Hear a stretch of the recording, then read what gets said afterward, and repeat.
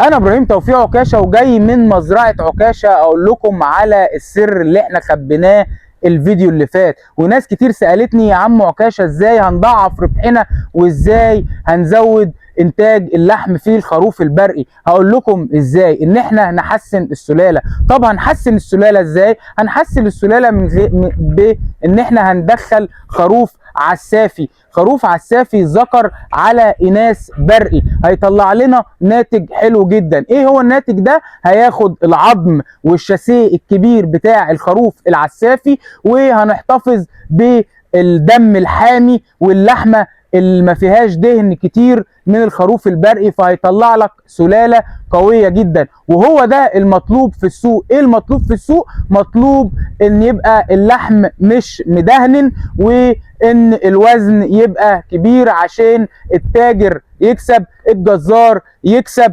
وكمان الزبون الكونسيومر يستمتع بجودة اللحمة الطيبة واللي طعمها حلو. هناخد حلاوة اللحمة البرقي مع الحجم الكبير بتاع العسافي، فهيوصلك ان الخروف الخليط ما بين العسافي والبرقي ده هيوصل 100 كيلو. مميزاته ان اللية صغيرة والدهن اللي في اللحم بسيط، وهيخلي لك الصافي الارباح بدل من 20,000 جنيه هيوصلها لك ل 36 او 40,000 جنيه. وهو ده السر. السر انك تحسن السلاله ما بين العسافي والبرقي، فتقدر اللي انت تزود ربحك. وفي ناس كتير كلمتني قالت لي والمكان ومش المكان، انت ما قلتش عن المكان. يا جماعه احنا بنتكلم على 10 خرفان، ما بنتكلمش على قطيع كامل او 100 خروف او 200 خروف. انا بكلمك على 10 خرفان. 10 خرفان مش محتاجين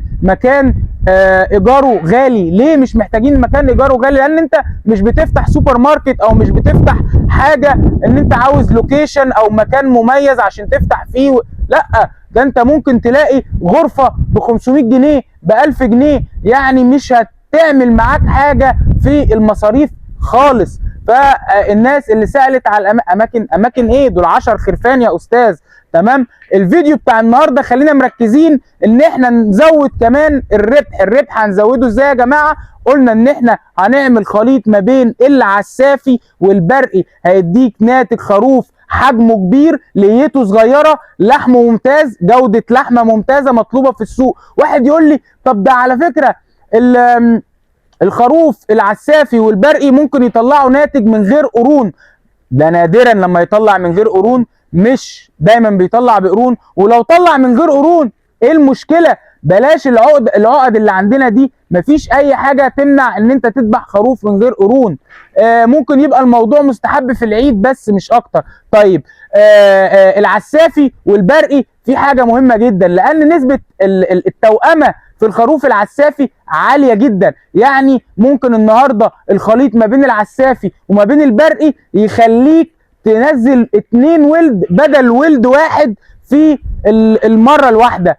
التوأمه في العسافي عاليه، ما بين العسافي وما بين البرقي التوأمه عاليه، انتاج لحم عالي، جوده لحمه جامده، اللي هي صغيره ما تضايقكش وما تخسركش كجزار او كمربي. ويا جماعه ما تنسوش ان دي كانت مهنه الرسل عليهم افضل الصلاه والسلام. خلوكم معانا في حلقات اخرى من مزرعه عكاشه. كان معكم ابراهيم توفيق عكاشه. السلام عليكم.